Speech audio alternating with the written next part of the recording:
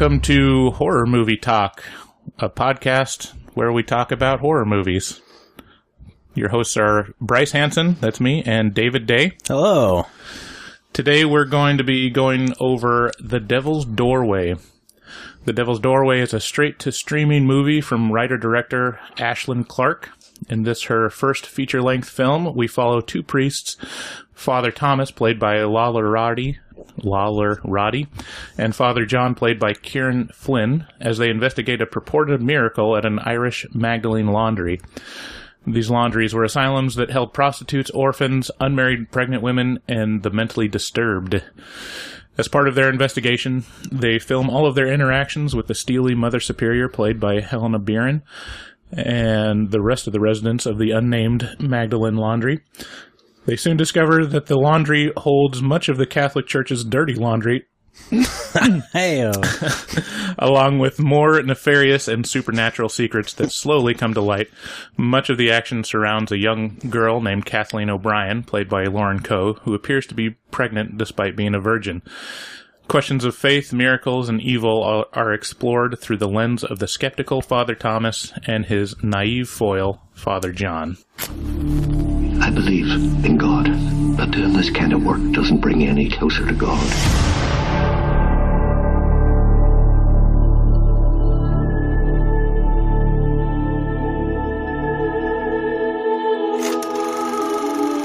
Look around you, John.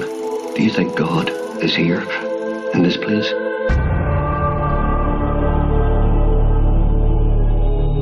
This place disgusts me. The people who run this place disgust me.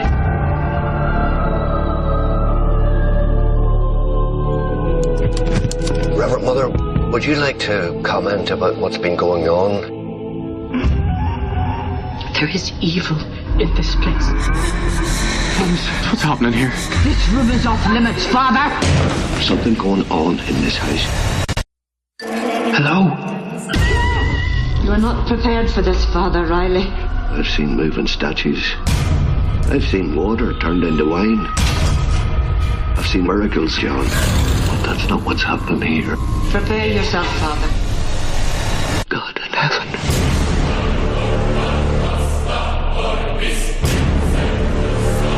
Evil is all around us, John. The devil doesn't have to hide. He roams freely amongst us. Father Thomas! The Father commands you! God the Son commands you! God the Holy Ghost commands you! Bless me, Father, for I have sinned.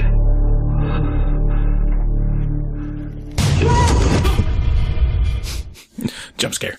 Is there anything better than Latin singing staccato? I mean, it's the perfect thing for a movie centered around Catholic horror,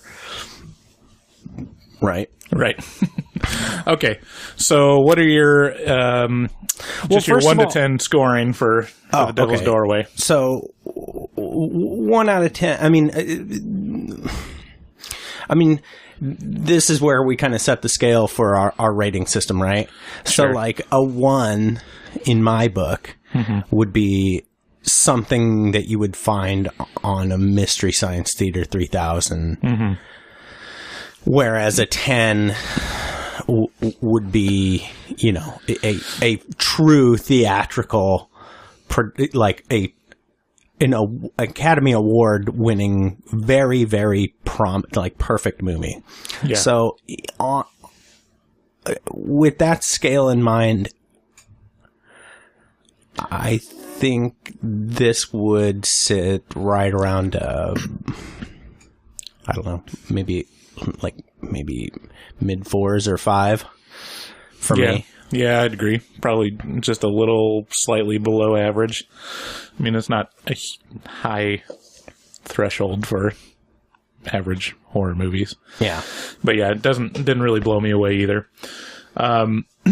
So we're going to go into more detail about our review and probably get into spoilers. So if you don't want to learn more about a 4 out of 10 movie before you see it, I'd say, I mean, personally, like, if you're anything like me, you're safe to continue down this road. Yeah. In my humble opinion.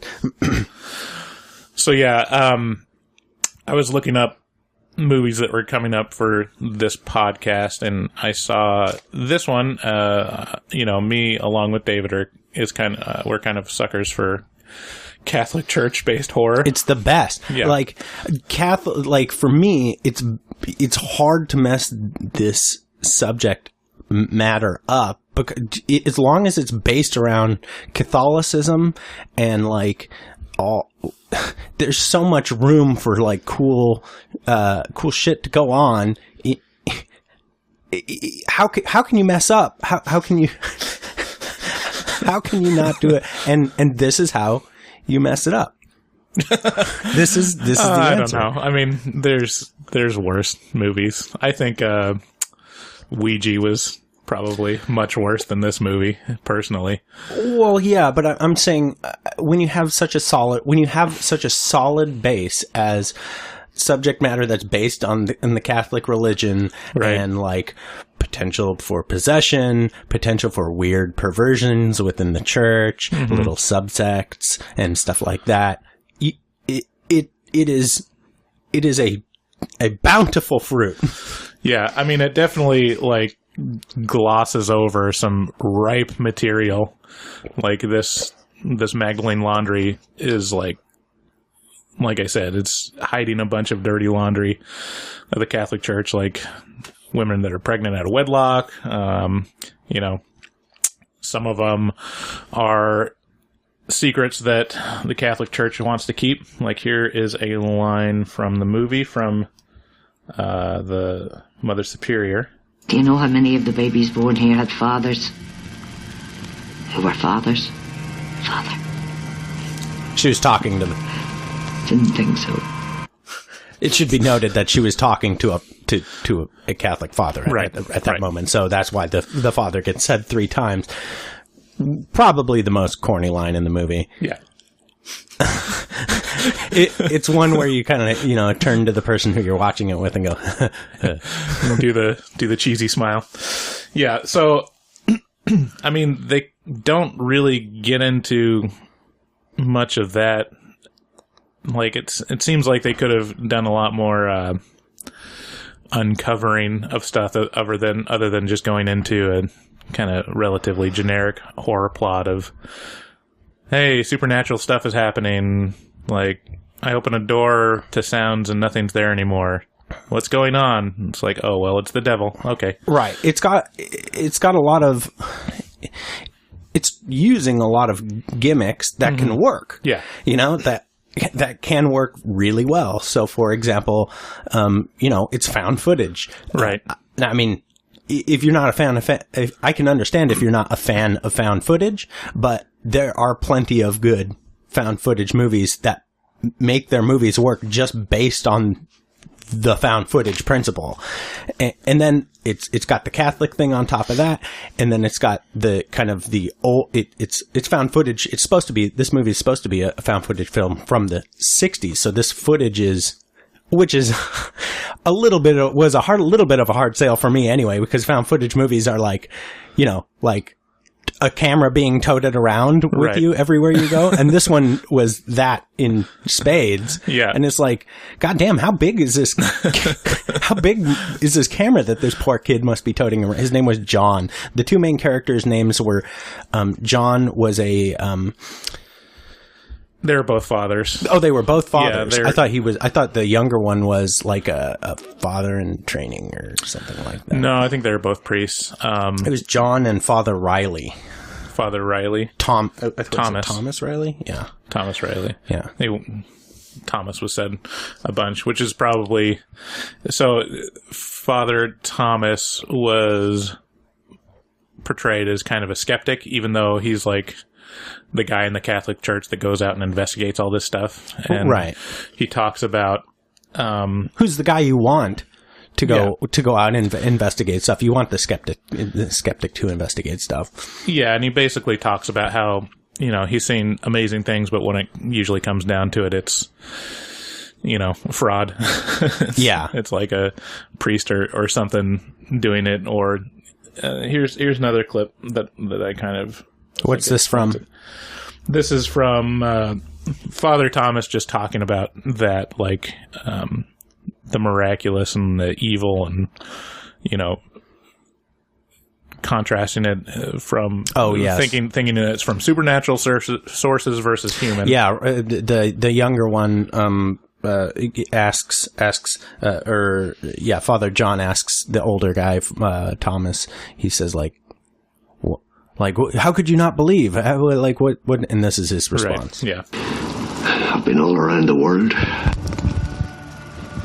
The evil I've seen has always been the humankind.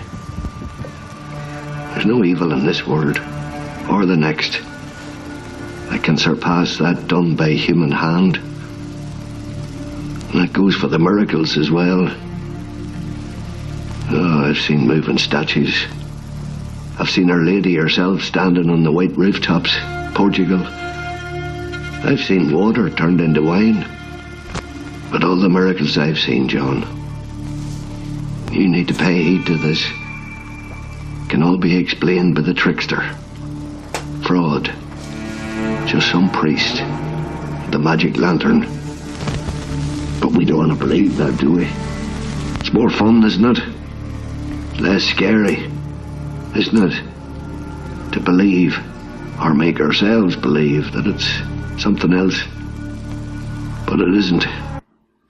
Yeah, so that's like his kind of character thesis statement throughout it. He's definitely a skeptic and has seen stuff, and it usually doesn't come out to be supernatural. And just, I think the actor, Lala Arati, he did a great job in the movie.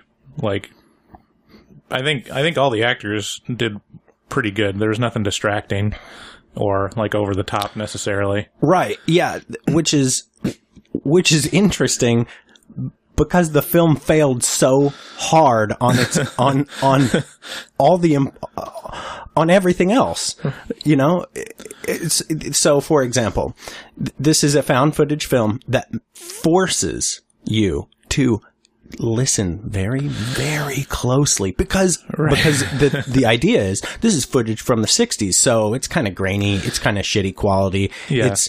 This is not necessarily good sound, and so they really, really drive that point home, and you can't hear much of the movie until the jump scares come, and boy, do they come! They come raining in, and so it. So why don't you talk about the surround sound experience in my den?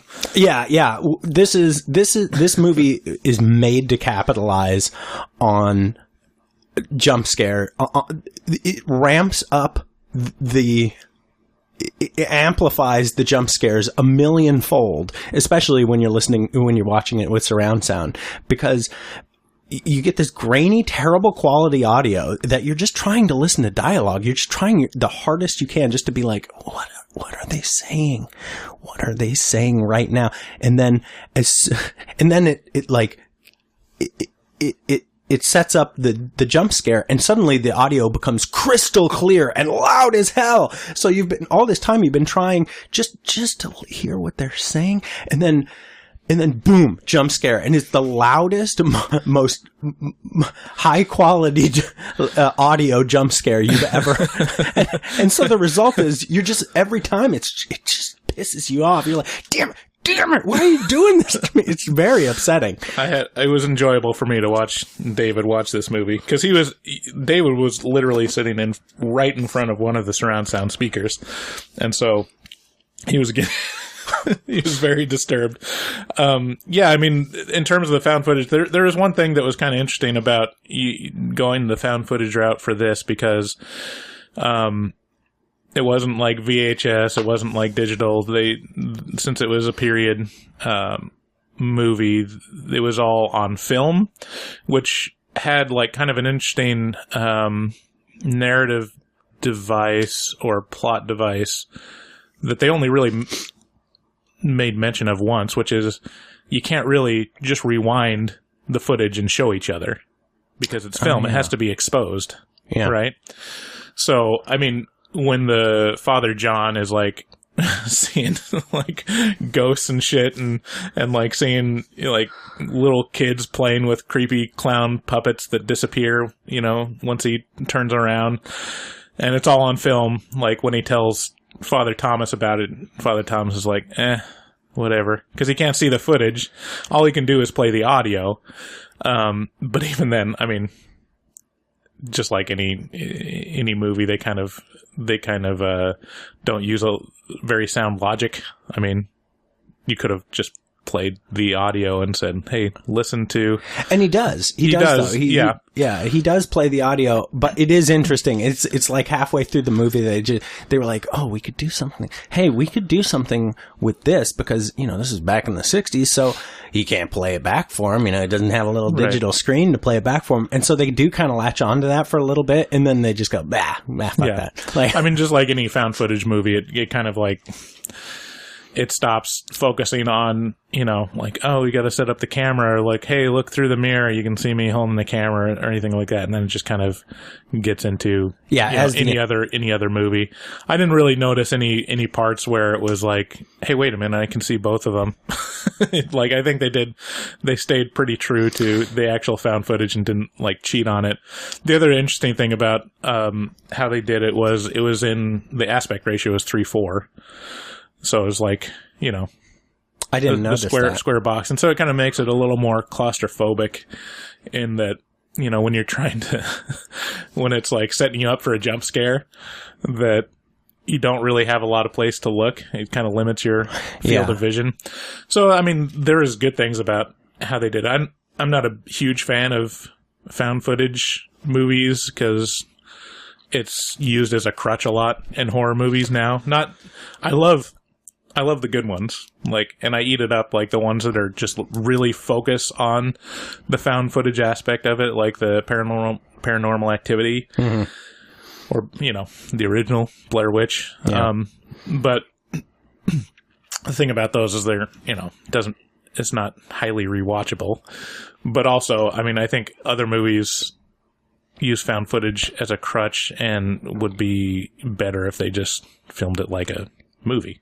Like this one, I don't think they got much mileage out of it where they could have just filmed it like a normal movie, and I think it would have been probably better. The one thing, I think you're right, for the most part. The one thing they did do well with it was it really ramped up the kind of the claustrophobia factor.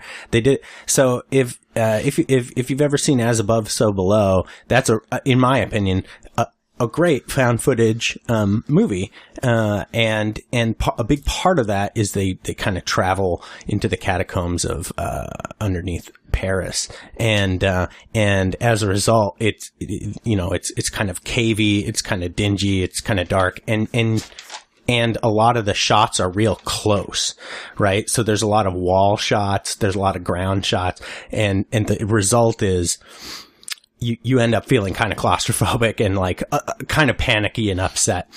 And this movie did that.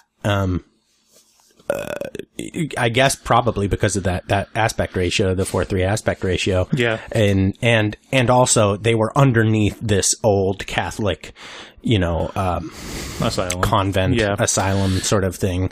And, so in that regard, they actually did a pretty good job, in my opinion, of like that, just the framing aspect of the found footage. Pretty good, but yeah, everything else. Yeah, I mean, it was a little weird. I mean, it progressively goes from, kind of showing the building like a normal building, and kind of filming it like a slice of life, showing activities in the convent, even though like there's not many scenes with lots of extras, and then you quickly never see any of those like residents again. It's usually just the four main characters, and maybe like one or two supporting characters, and like supposedly this is Magdalene Laundry just full of women, hundreds of women that they like just can't even really take care of well, but you never see any of them just because it's probably expensive to hire all those extras. To me there's three parts of this movie. There's the beginning, which kind of sets everything up, obviously, and the big part of that is this is a kind of an asylum almost for transient women, for prostitutes, for homeless, that kind of thing, and there's a lot of women there, and it's like, oh well, cool, this can be used in the movie, and then kind of the second act hits. The second act hits pretty quickly in this movie, and lasts the vast majority of the movie, and is just a confusing kind of lots of jump scares. Oh, it's night again. It's very much like a generic haunted house. Yeah. Act 2. So that's the vast majority of the movie. And by the way, after the first act, you never see those women again. Right. You see one woman. It is it's the main character, woman. The character is Kathleen O'Brien. The virgin who's pregnant, and they find her like in the creepy basement torture room, chained up. And she's like, oh yeah, well, we're chaining her up because like she's possessed, but we don't want to tell you that kind of thing. Right. And he's and Father Thomas gets in there and he's like, you gotta, what is it? Like, he's becoming progressively more and more fed up with these nuns. He's like, there's just human rights violations all over in this place. Like, you're hitting people, like you're cruel to all the women that you're in charge of. And now you got a pregnant girl chained up to a wall. What the heck are you doing? I demand you let her out. And then the Mother Superior is like, all right, let her out. Just unchain her. And the poor other nun who has to, she's like, I don't want to unlock this possessed demon woman. And the Mother Superior is like, nah, you got to go do it. Yeah, I want to see this. I want to see how this works out. So she sends her nun into the pit, and she unlocks her, and there's the little tense build up moment, and then she attacks the nun and bites her, and it's like, well, everybody knew this was coming, especially the person who got it. Right. Yeah. So I mean, that's the thing about this movie, that like it never really. Didn't really deliver on anything. It's very much like Blair Witch, where it's like it's more relying on the experience versus like ever actually explaining anything or picking one thing to focus on. Because at various times, like you've got like miracles that could be explored, or you've got a possession, you've got like satanic worship. Oh yeah. Randomly. Oh. And then you've got like, the virgin birth kind of miracle. And you've got just, there's several different avenues that they could pick to be like, this is how it explains all these things. And it just never really does. Just like, oh yeah. And then it's got just kind of the generic ghost stuff going on. And it's just, the explanation is left to you to be like, it's evil, it's the devil. I mean, it's right there in the title. It's the Devil's Doorway. Devil's Doorway.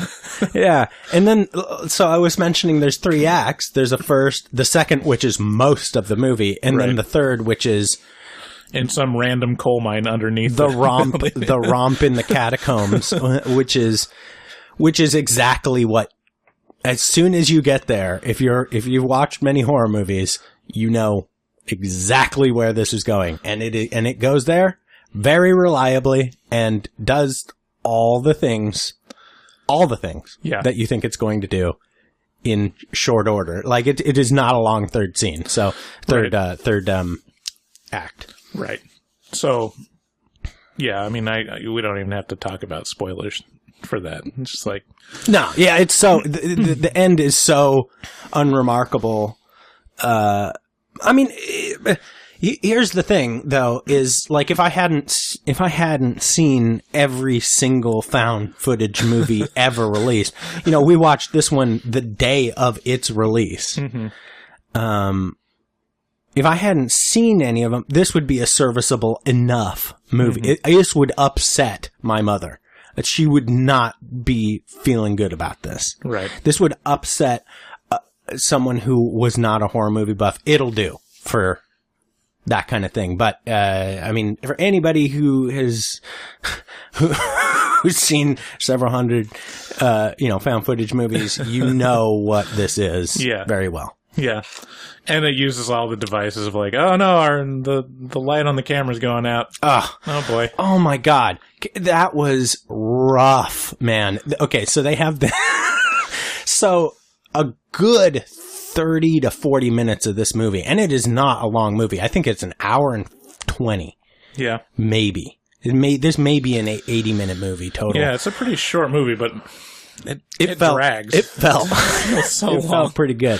Yeah, so a good 20, 30 minutes of this movie is spent in the dark, and the light, the incandescent bulb on on this camera is just very reliably flickering. And so you get a good second of darkness every 10 seconds of footage. And the result is it's kind of a slow burn strobe effect where it's just at first it works because when the lights go out, that's spooky. But when you can count on it happening at once every 10 seconds for about a second, it becomes a focal point of your annoyance.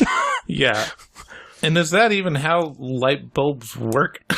Would it just kind of go in and out if it's like an incandescent bulb? Wouldn't it just burn out? They make mention of it one time. It upset me so badly because this thing had been going on and off reliably for 20 minutes. And then Father John's like, this bulb's about to go out. And I'm like, yeah, you think? Based on what, like, at what point do you feel as though I don't know. It was maddening because it was just, and then it continued to flash on and off for the next 20 minutes. Right. Damn it. I'm just looking at my notes here that I took while I was watching it. There was one great part in the third act that I really liked, is that it was kind of subtle. And, cause they were setting up a jump scare. It was just your most obvious jump scare coming up, and they're like panning around. It gets all silent, really, all of a sudden, and you're just waiting for it. I think it even said like jump scare, just in anticipation. And then they land on an old creepy Jack in the Box. Oh yeah, I forgot all about the creepy Jack in the Box. and then they start turning it, and nothing happens. It's just a broke Jack in the Box. It was like they decided to wait until 7/8 of the way through the movie to be like, let's do a little tongue in cheek on this. Like, you know what?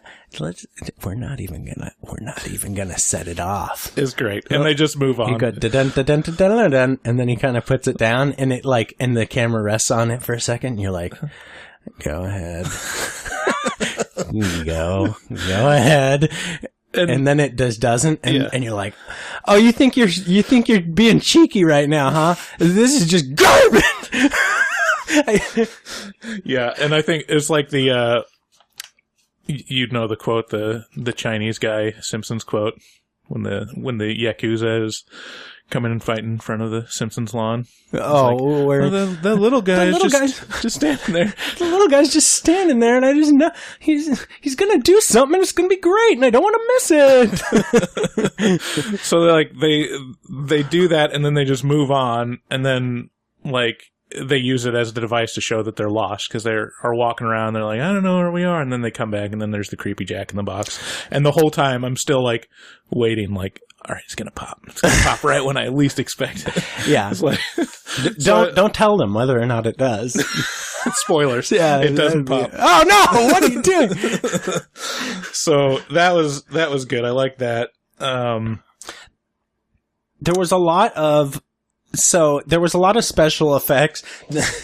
I forget what this quote is from, but there was a quote from a show or a movie or something like that where somebody, I think it might have been Mystery Science Theater, where somebody said, it must have been one of those special effects that was too expensive to show. And I felt that way about a lot of this movie, because, whenever somebody or something would levitate, or something would break, or a miracle would happen, like all the statues would start bleeding tears, right. Or would start crying blood. You never got to see it, and I feel like it was because the budget, like even the levitation of the girl was close. I mean, the camera was attached to her body. Right. And it was, it also helps them out that it's found footage, so they don't have to make it look great. Right. They don't have to, you can make it so that it's not framed. There's something awe-inspiring about, when you're watching The Exorcist and she levitates off the bed. That carries gravitas and weight and is impressive and weird in itself. But when the camera is kind of when you don't get a full view of anything, even the important stuff, it takes away from it a little bit. Right. Yeah, now that I'm thinking back on the stuff that they might have saved money on, I know at one point, spoilers, the miracle that they're investigating is a weeping Mary statue that weeps blood, as one does. And they're investigating it, and then at some point, all of a sudden, all the statues in the entire building start weeping, and it kind of looks through, and there's just a ton of these Mary statues, and most of them are kind of tiny. And I realize now, I bet they reused the same couple statues. Oh yeah, hell yeah, yeah, absolutely they did. And they're not too big. There was the one they probably rented out of church and to use the one decent one, but yeah, it's kind of interesting. It's a found footage, and it's very obvious when movie makers choose that format that they're doing it to save money. Yeah, but again, it's kind of interesting because the actors, the casting, good. The what do you call her? The main Mother Superior. Yeah, the Mother Superior. She did a great job. She was upsetting. Yeah, she was the most upsetting character, and she was supposed to be. She was even more upsetting than the girl who was supposed to be, I assume, impregnated by the devil. The Mother Superior was genuinely ew, this feels gross. No, and all the actors were great. Probably the least strong one was the girl, Kathleen. The girl that played Kathleen. I looked on IMDb, and none of them have big roles. I think Lawler Roddy was in Hunger. I think there was a couple of them that were in Hunger. They're all obviously native Irish actors. I think Lawler Roddy was also in an episode of Game of Thrones, but I didn't recognize him. But I think they've just been in a couple things, Father John and the Kathleen were in a lot of TV stuff, but most of them were in shorts, not really any. And they did a good job. Stuff. Yeah, they did good. All of the actors did, were believable for the most part.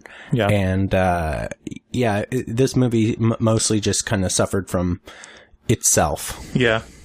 It just didn't really have a strong direction. It was kind of interesting. I read a review of the movie in New York Times, and it mentioned that the director had, some kind of background in her family with these Magdalene Laundries, and it's man, should have gone deeper in that. And even just a movie just about that place would be way more interesting than this movie, and it would probably be more horrifying, without the supernatural. Right. And if they had gone full, no, this is the thesis of the movie, all this evil and the stuff happening, this is all just people just fucking with you. Yeah. And just the weirdest part about this movie, which it's hard to pinpoint until you just really get down into it. What was the Devil's Doorway? What was the bad guy in this? Like, what happened? Yeah. Like, what happened? Do you know how, like, in The Witch, it's all kind of building towards, like, the devil, like, it's like bringing you into his fold, right? Like bringing that young girl very into slow his burn. witch's coven, and then finally you get to the witch's the pyre in the middle of the forest, and they're all levitating, and they're spoilers, and they're worshiping the devil. And then in this one, you're like, they run around in the tunnels for a little bit, and then there's some satanic symbols. We'll see you later. Yeah, it's like, yeah. I mean, they kind of like stumble into a black mass. Not even. Was there multiple people in there? No, I guess not. Well, I mean, like when they're searching through the building, they stumble into that room that was like, he's like, hey, this is a site of a black mass. And then they leave, get Mother Superior and bring her back in the middle of the night. And then it's all the stuff is gone. Spoopy. You know, so it's just like, just very tropey. Yeah, like, there was we don't have to explain this because it's scarier that way. Right, but it wasn't. Yeah. It was like there's just a ton of loose ends at the end of this thing, and there's no explanation as to what you're actually supposed to be scared of. This movie was a vehicle for jump scares. That's it. This was at one point in the movie, I think I said something to the effect of this sounds like it goes from a muffled fart. The audio in this goes from a muffled fart or like a fever dream into the clearest, most crisp audio you can possibly imagine. As soon as there's a jump scare, it's just like boom, all-encompassing sound, and then back to nothing. And right. So like this is. Let me do something fancy. Ooh, fancy. What are you going to do?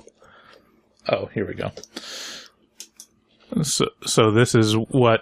Oh, can you even hear it? No. So this is what most of the film sounds like. Just super distorted. And then... Yeah. Jump scare. And then... No, if for our listeners to fully get the real effect, they need to take one of their headphones out and listen to you in that. Put a small pillow between the earphones and your ear. Yeah, for the fuzzy part, and then when we say jump scare, put them both in, smash them as close to your eardrums as you can, and then turn the volume up by 60%. Yeah. Yeah, it was rough. Another like ineffective scene for me was the birth. The birth rape. Like, why don't you talk about what your impressions of that scene were? Oh man, because I have no idea what they were going for. I don't. Yeah. Okay. So let's lead up into that. So again, in the middle of the night, the two fathers are awakened by screaming, upset. Oh, I think it was a nun. A nun came in. She was like, "She's the baby's coming. The baby's coming." And the fathers run through this vast maze of doors and asylum, and then they get to the chamber where the devil girl, or the girl who has been impregnated by the devil, where she is, and she's in labor, and then they set it up very clearly before that she's just gonna die. Like, yes, she's very weak. It was set up. She's gonna die, and advance. Catholics don't believe in C-sections apparently at the time. Right. It's like, okay, why doesn't this skeptical priest be like, no, I'm gonna take her to a hospital? Right. And that's what he said. He said, we need to take her to a hospital. And the Mother Superior was like, get out of the way. This is woman's business. So then they put the camera down next to this young girl's head, and you get to watch. Oh, there was a lot of this. There was a lot of putting the camera down next to something that was uninteresting, either uninteresting or upsetting. And there wasn't really a point to setting it there. Right. So I guess the fathers walked out of the room but left the camera pointed at her face. And then you get to watch her kind of like go through a very I've watched a woman give birth, and this was low-key birth. This was low-key birth, but it felt like there was some rapey aspect to it. Like there was some nods to like there's some weird stuff going on where you can't, just out of range of the camera, like these mothers are doing something weird to this poor girl. I mean, it's like, ew. Yeah, it's weird. The camera's set down and it is looking at the girl's face, and like several times she looks creepily at the camera and it's completely ineffective because you're like other times she's having other times she's just kind of like other times she's like, oh, this thing is happening to me now, right. I'm basically being raped. And then the other parts of the time she's in pain because she's giving birth. Yeah, so they're showing her face, and then like off camera you hear all these weird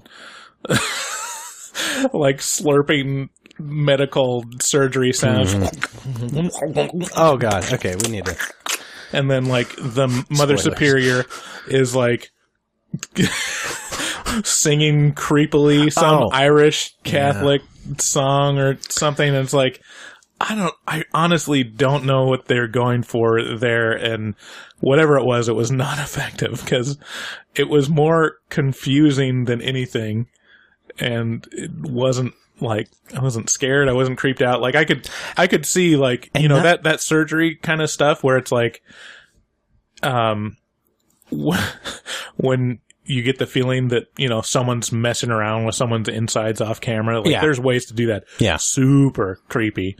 And this was not it. And not to mention, nothing came of that. Nothing. Yeah. There was no baby. Well, there was a baby, but you never see it. There was a baby? Well, yeah, because the third act, they're chasing the baby. They're trying to get the baby. They're chasing the baby in the third act? I didn't even know this. Yeah, I mean, spoilers further. The girl dies in childbirth, and then you hear the baby crying, and then the father Thomas is like, we got to get the baby. And so they're... I couldn't even hear that. At this point, I was just resigned to not hearing certain portions of this movie, and I must have missed that. That should tell you something. So I mean, they're like chasing they're chasing someone, some nun or some ghost or something through the halls and basement and catacombs of this Magdalene Laundry, and every once in a while you hear a baby crying, and you're like, oh, they're on the trail. And it's all to the effect of like, hey, we want to save this baby. But you never see the baby. And yeah, there's no payoff. There's no like Rose. I was expecting kind of Rosemary's Baby, like, hey, let's tie this all together. Black Mass, we like invoke the devil into this girl's, womb, and that's why she's a virgin, and it's actually, the son of Satan or whatever. I mean, and they never deliver on any of that. It's just like, they have a baby, and now they're gonna take it. I'm glad that you mentioned this, because not only is there no delivery, but I didn't even know it happened. Like, I was unclear. I mean, and there are, like, you want to talk about, like, great third acts to a movie? Like, I love The Taking of Deborah Logan, like, another found footage movie where that deals with what's the name of that mental disease where your mind is wasting away? Alzheimer's. Yeah. She's got Alzheimer's, and boy, the end on that movie, woo, that'll stick with you for a bit. This is your stereotypical, very, very kind of, look, scary stuff happened. Yeah. And then, like, even just like the design of it doesn't really make sense. Like, there are ghosts, and then there's a creepy generic white face with, white contacts. Like, I don't even know what was that supposed to be? That was the Mother Superior. Superior. Yeah, that was the Mother Superior. So she in makeup? Is she wearing white contacts? Why is her face all white? She was maybe she was the devil's doorway. We figured it out. The only way that you would know this is so as they're going through the tunnels in the third act and they're chasing whatever it is that you don't even catch you catch the minorest of glimpses of. So big spoiler, at the very end the end is a jump scare. And the jump scare is, you get to kind of see the black mass, with, a bunch of satanic symbols all over the wall, and there's a fire, and they're like looking around, and then, and of course he's going like the slowest possible rate that he could walk towards it. Right. And for some reason he picked up the camera because, it's very important for Father Thomas to record this for some reason. Right. And then boom, the jump scare is, it's the Mother Superior in, essentially like black metal corpse paint. She's got white makeup all over her face, and then like black flecks around her eyes and stuff like that. And she's got like white contacts in. Yeah. And it's a jump scare. It's just, I'm coming at the camera now, rah. And then credits roll. So. Right. I assume she's the devil's doorway. Or maybe. Yeah, it's. Maybe here's another theory for you. I assume the devil's doorway was the girl. The girl's vagina. Yeah. Yeah. That's just filthy. Yeah. Yeah, throughout the whole movie, it's kind of disappointing that they didn't like rely on realism to kind of anchor the movie, because they could have really like gone into more detail about the life in this Magdalene Laundry and the stuff that was going on there, because they kind of just alluded to it was kind of abusive and they are hiding secrets. Yeah, but that's only like glossed over in the first act, and then it's like every shot is at night, and apparently they don't have light bulbs, in the hallways at night. This was an ancient castle of some variety because it had no light, and the sisters walked around with lanterns, like fire with a little. With a fire inside them. I didn't even notice that. Yeah. Because I was thinking like, oh yeah, they can't turn on the lights because they'll wake up the people that are living there. And then I'm like, oh wait, you never see anyone living there after the first act.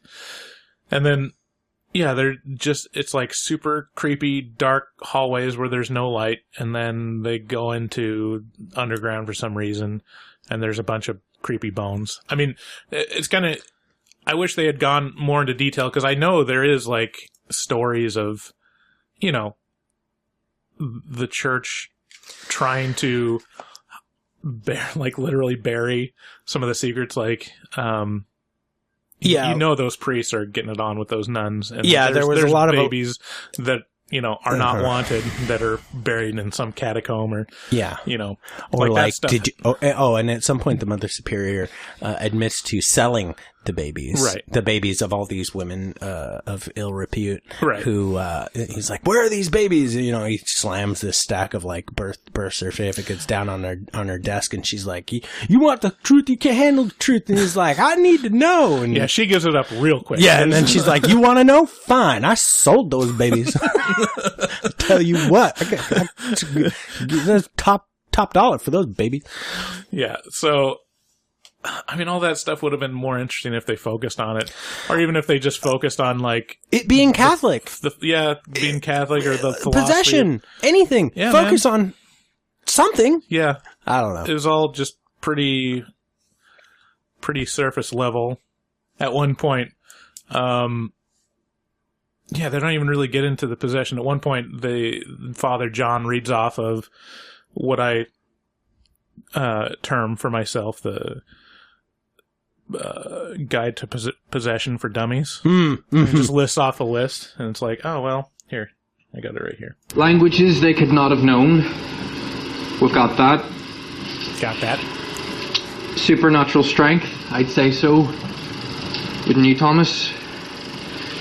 Loss of appetite. Cutting, scratching, biting of the skin. Yes, yes, yes. Cold feeling in the room. Unnatural body postures. We don't have that. Not from her. Not from her. Losing control and entering into a frenzy of rage. Knowledge of things that were distant or hidden. I think we've got that. Okay, now, so I mean, it's just like, all right, let's not focus on the implications of possession or any like past experience. Let's just read over this list and make the check marks. It's like they don't talk about where that's from. They don't talk about like the just like the surrounding mythology or anything with possession. They're like, all right, everyone knows what possession is. We'll just go over this. Like, yep, all these things. It's probably possession. You know, it's just very, very lazy. do you still have? Can you do that clip again? Just a little bit. Languages they could not have known. Pause it. We've got that. Listen to the voices. Listen to the audio on the voices, and then listen to the wind. That's set in the background. Yeah. The wind, high quality wind. That's HD. Some HD wind right there. But them voices, though, like, good luck. Yeah. So go for it. Languages they could not have known. We've got that. Supernatural strength. You can hear the camera sound. Wouldn't you, Thomas? Layers. Loss of appetite. There's layers of audio in between you and what's being said, and it is maddening. Maddening. For me, this movie would have been a full mark, maybe a mark and a half better. It had the audio quality been not so distracting and so terrible. It was the biggest downfall of this movie, in my opinion, like, by far. And I'm not like an audio guy. It's not my focus normally. It was just so noticeable in this movie. Yeah, I mean, it was. Yeah, they made some strong choices with just like, we're going all in on sound quality and picture quality for this found footage, but we will definitely. But the opposite of that. But the opposite of that when we're wanting to have some kind of reaction. And I don't know. I mean, like, sound is a hugely important part of horror movies. And I admire that they tried, but it was distracting. Yeah. Yeah. Is there anything else to say about this movie? I mean, I think we've gone over everything. Like, I wanted to kind of list of the things that I liked, the things that worked. Yeah. And the things that just definitely did not work. Yeah, go for it. So, the thing that worked, a couple like nods or winks, like the Jack in the Box thing, I thought was pretty nice. That was good. The fact that Father Thomas is named Thomas and he's skeptic. So, I mean, I don't get the reference. Doubting Thomas in the scriptures. Oh, one of the apostles, Thomas, is referred to as Doubting Thomas because he wanted to touch Jesus's hands before he believed that he was alive again. Okay, solid nod, solid biblical nod. That was good. It was a valiant effort to set it in something that was interesting, but they really didn't delve into it. That was something that I didn't like. I thought the acting was great. But yeah, the biggest downfall is that they didn't have a strong direction and never really landed on what they're going for. They just were all over the place with the haunting / possession / demon worship / real life horror, from humans being incredibly shitty towards each other. Mm-hmm. And I think it's just almost to the point where it could have been like a theatrical release, but I totally understand why it was direct to streaming. Yeah. Yeah. And it's for like a direct to video or direct to streaming, it's like pretty high quality. Yeah. For that. Yeah. I mean, like if you look back on, before streaming was a thing, there were worse movies released to theaters, worse horror movies released to theaters than this that did, decently. The Haunting with Catherine Zeta-Jones comes to mind, or that might have been The House on Haunted Hill. House on Haunted Hill. Was it House on Haunted Hill? It was the remake. But anyway, so would you recommend under what circumstances would you recommend someone see this? I think if you like Catholic horror, I mean, there's nothing new out right now. If you've seen everything and you're just kind of semi-curious about a setting within, Catholic Church or a Magdalene Laundry or Irish, there's something there. If you want to be a completist, that's there. Yes, that's important to mention, the completionist, if that's important to you. Yeah. Yeah. And I don't know, it's okay. I think eventually it'll come to like free streaming. We had to pay to rent it, and I don't know. I mean, it's $5. It's not a big deal. But there's better horror movies. Oh yeah, there's stuff on Netflix that'll blow this out of the water that you can in the theaters. Yeah, if you haven't seen Hereditary, go see that. Ooh. That's like about 1 billion times better. Baby. Oh, I mean, that's not even a fair comparison. Right. It's another world. Yeah. So my take on it would be, I was quoted as saying, like, when Bryce brought this up to me, he was like, hey, so got this movie called The Devil's Doorway. It's a Catholic. And then as soon as he said Catholic, I was in. I was sold because, like I said, it's just such a hole-in-one for me normally. And I was like, oh boy. And, I don't give reviews, a whole lot of credence, especially, this early on. Because, things that I like very much, have gotten pretty poor reviews, like the movie that I cited as Above So Below did not do well, I believe, with critics. But well, now we're one of them. Yeah, right. Right. So yeah, take this with a grain of salt, but if Catholic possession horror is your thing, I'm still going to say it's not very good because there's not much of it. It's like it starts out as that the first 20 minutes of the movie, pretty solid Catholic horror movie, Catholic setting kind of horror movie, and it sets it up for a much grander story than it ends up being. But I mean, this would be good for.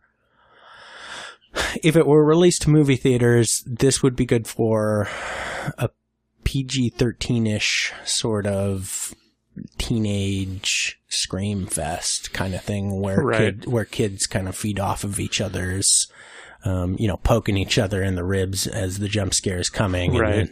And then probably making out. But even then, I think to avoid all the rest of it. Yeah, I think even then it's like for that demographic, the subject material would probably just be boring. Like, who cares about old nuns?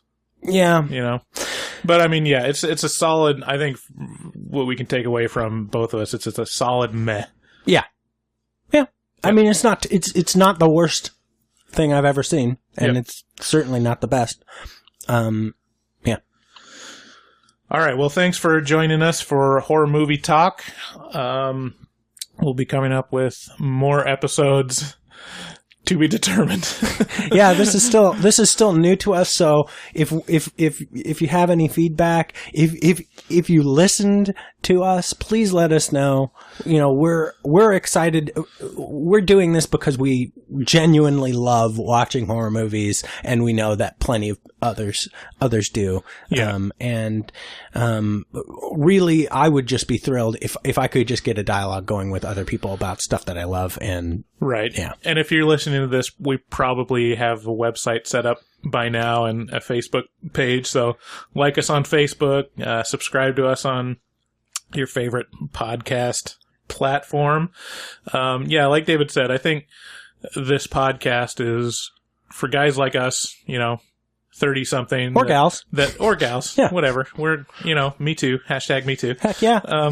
We, people that like to see horror movies, but, maybe not have a spouse that's into it. Maybe they see them alone and they just would wish they had someone to talk to or like have a dialogue about, some obscure horror movies that come out.